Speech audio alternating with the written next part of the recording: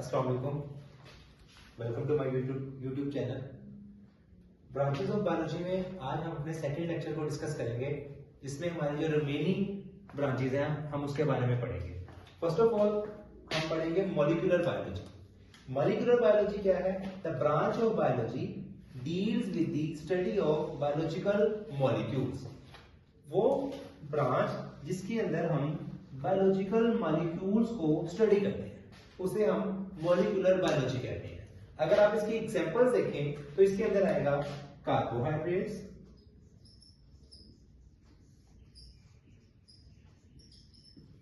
Lipids, proteins and nucleic acid. ये चार चीजें हैं जिनकी मैंने एग्जांपल में नाम डिस्कस किया है, इंपॉर्टेंट बायोमॉलिक्यूल्स हैं।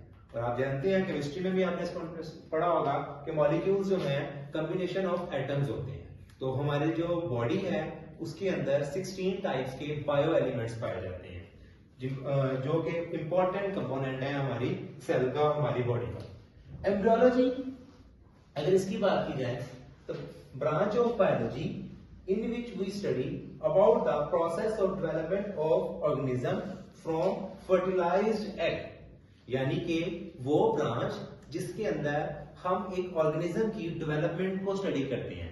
यानी कब स्टडी करते हैं? ऑर्गेनिज्म फ्रॉम फर्टिलाइज्ड एग, यानी कि जब एक एग जो है वो फर्टिलाइज होता है। अब फर्टिलाइजेशन ऑफ एग से क्या मुराद है?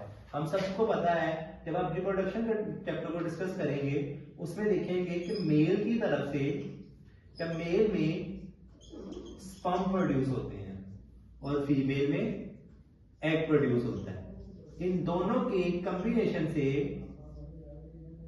जाइगोट होता है।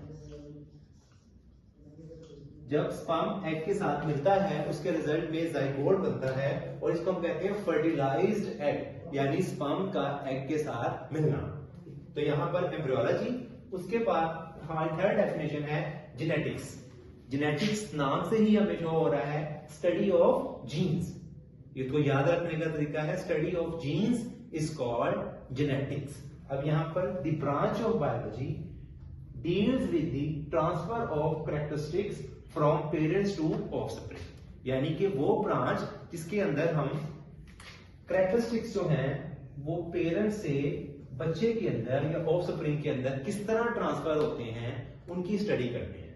अगर जेनेटिक्स की बात की जाए तो इसके अंदर हम जीन्स की स्टडी करते हैं।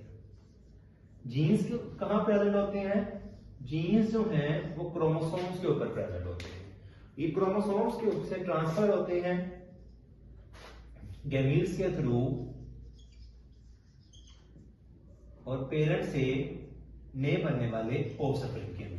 तो इसी तरह जो कैरेक्टर्स होते हैं, आपको पता है कि आपके कैरेक्टर्स बहुत से अपने पेरेंट्स से मिलते होंगे।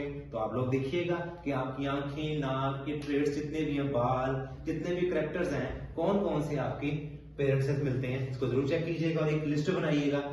अब फोर्थ हमारी डेफिनेशन है palaeontology. The branch of biology which deals with the study of fossils.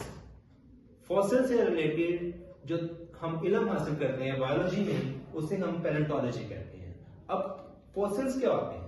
अगर फॉसिल्स की बात की जाए हम ये कहते हैं fossils are the remains of plants and animals that were preserved in rocks and other geological time या फिर स्पेस। तो वो चीजें जो कि रिमेन्स हैं कोई एनिमल या लिविंग ऑर्गेनिज्म या जिसकी डेथ हो गई, वो क्या हुआ? बरीड हो गया जमीन के अंदर। तो with the respect of time वो प्रिजर्व हो जाता है, महफूज हो जाता है। तो उसकी जो स्टडी की जाती है वो पैलेंटोलॉजी के अंदर की जाती है। और इसकी बेस्ट एग्जांपल्स आपको पता है डायनासोर्स। डायनासोर जो हैं वो पैलेंटोलॉजी के अंदर हम स्टडी की जाती है, और पैलेंटोलॉजिस्ट जो कि फॉसिल्स की स्टडी करते हैं उन्हें हम पैलेंटोलॉजिस्ट कहते हैं।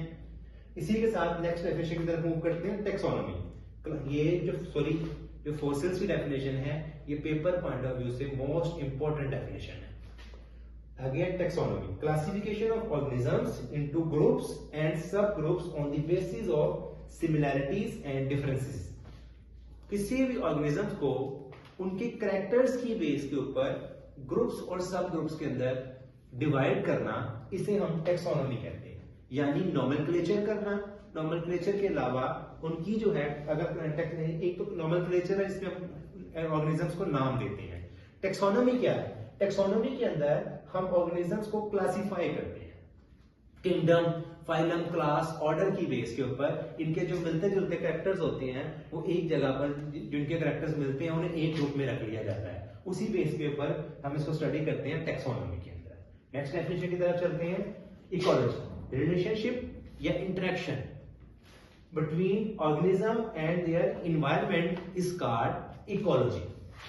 इकोलॉजी जो है, कोई भी लिविंग ऑर्गेनिज्म जिस इन्वायरमेंट में रह रहा है उसका उस इन्वायरमेंट के साथ क्या इंटरेक्शन है। ऑर्गेनिज्म जो रह रहा है वो क्या है? लिविंग है, वो अपने इन्वायरमेंट के साथ रह रहा है, उसके साथ इंटरेक्शन क्या है, उसको इकोलॉजी कहते हैं। आप सभी को पता होगा कि इन्वायरमेंट जो है इसके दो कंपोनेंट होते हैं, एक को कहते हैं एबायोटिक और एक को कहते हैं बायोटिक। एक ऑर्गेनिज्म का इस एबायोटिक और बायोटिक कंपोनेंट्स के साथ क्या इंटरेक्शन है।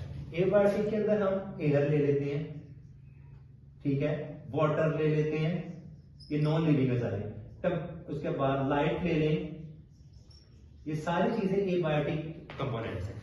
किसी भी लिविंग ऑर्गेनिज्म का इनके साथ क्या इंटरेक्शन है, प्लांट्स और एनिमल्स का आपस में क्या इंटरेक्शन है, ये इकोलॉजी है।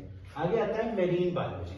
मेरीन बायोलॉजी क्या है? Study of life in oceans, यानी कि समुद्रों के अंदर जो लाइफ है उसकी स्टडी को हम कहते हैं मेरीन बायोलॉजी। इसी तरह आप लोगों ने देखा होगा जो समुद्र हैं वहां पर डिफरेंट किस्म की लाइफ एग्जिस्ट करती है। इसी तरह अगर आप वाटर लाइफ को देखें तो वाटर भी दो तरह का होता है, एक को हम कहते हैं फ्रेश वाटर, एक को हम कहते हैं मेरीन वाटर। तो मेरीन वाटर की जो स्टडी है, समुद्र ओशंस की जो स्टडी है, उसको स्टडी को हम कहते हैं मेरीन बायोलॉजी। इसी तरह नेक्स्ट डेफिनेशन की तरफ चलते हैं, इम्यूनोलॉजी। इम्यूनोलॉजी जो है ये एक वर्ड है, इम्यून सिस्टम। किस किस को पता है इम्यून सिस्टम क्या होता है? इम्यून सिस्टम जो है ये हमारी बॉडी का डिफेंस सिस्टम है। डिफेंस सिस्टम होता है जिसके अंदर बॉडी जो है डिफरेंट पैथोजन जो हमारी बॉडी के ऊपर अटैक करते हैं उनके अगेंस्ट फाइट करती है। तो यहां पर study the components of immune system and their role against diseases, यानी अगर कोई पैथोजन हमारी बॉडी के ऊपर अटैक करे उसके अगेंस्ट जो है हमारी बॉडी क्या रिस्पॉन्स शो करेगी। हमारी बॉडी के अंदर एंटीबॉडीज की फॉर्म में जो आर्मी बैठी हुई है उसको कैसे डिफेंस करेगी उस पैथोजन को, कोई जरासीम अटैक करे, उसकी स्टडी को हम कहते हैं इम्यूनोलॉजी। अब इम्यूनोलॉजी के अंदर देखिएगा, आप लोगों ने एक टर्म सुनी होगी वैक्सीनेशन। आजकल तो ये बहुत टर्म चलती है कि वैक्सीनेशन करवा लें। कभी हम कोरोना की वैक्सीनेशन करते हैं, कभी हम पोलियो की वैक्सीन देते हैं। तो इम्यूनोलॉजी के अंदर वैक्सीनेशन जो है, वैक्सीन की डिस्कवरी भी की जाती है। एमसीक्यूज के पॉइंट ऑफ व्यू से बेहतर है कि वैक्सीन कहाँ बनाई जाती है, तो वो इम्यूनोलॉजिस्ट जो होते हैं वो वैक्सीन को डेवलप करते हैं। नेक्स्ट है जी pharmacology, study of drugs and their effects on the body. आपने बहुत सी फार्मेसीज देखी होंगी। फार्माकोलॉजी उन्हीं से रिलेटेड एक ब्रांच है, इसके अंदर हम ड्रग्स की स्टडी करते हैं और बॉडी के ऊपर इसके इफेक्ट्स देखते हैं।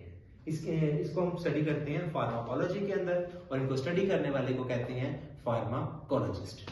अब यहाँ पर देखिएगा लास्ट पे हेल्प इन वैक्सीन डेवलपमेंट। यहाँ पर फार्माकोलॉजी जो है वो वैक्सीन डेवलपमेंट के अंदर रोल प्ले करती है। ले जी, ये था हमारा आज का टॉपिक इसके अंदर कोई भी कंफ्यूजन है आपको तो आप जो है कमेंट कर सकते हैं और उसे मैं आपको इंशाल्लाह उसका रिप्लाई में हासिल करूंगा।